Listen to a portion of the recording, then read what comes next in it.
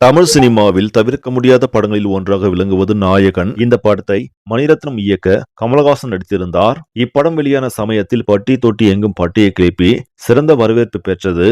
அதன் பிறகு 38 ஆண்டுகள் கழித்து மீண்டும் இந்த வெற்றி கூட்டணி இணைந்திருக்கும் படம்தான் தக் லைஃப். இந்த படம் ஒரு அதிரடி ஆக்ஷன் கலந்த கேங்ஸ்டர் திரைப்படமாக வெளியாகியுள்ளது. கடந்த 5ஆம் தேதி வெளியான இப்படம் ரசிகர்கள் மத்தியில் நல்ல வரவேற்பு பெற்று வருகிறது. இருந்த போதிலும் ஒரு சிலர் கலவையான விமர்சனங்களை கொடுத்து வருகிறார்கள். ஆனாலும் பாக்ஸ் ஆபீஸில் நல்ல வசூலை ஈட்டிக் கொண்டிருக்கிறது.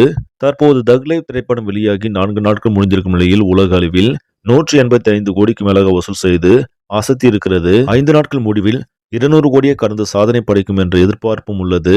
என்னதான் ஒரு சிலர் இந்த படத்தை மிகவும் மோசமாக விமர்சித்து வந்தாலும் தற்போது பாக்ஸ் ஆபீஸில் தன்னுடைய வசூல் சாதனையை அதிகரித்துக் கொண்டே செல்வதால் படக்குழு உற்சாகத்தில் உள்ளது.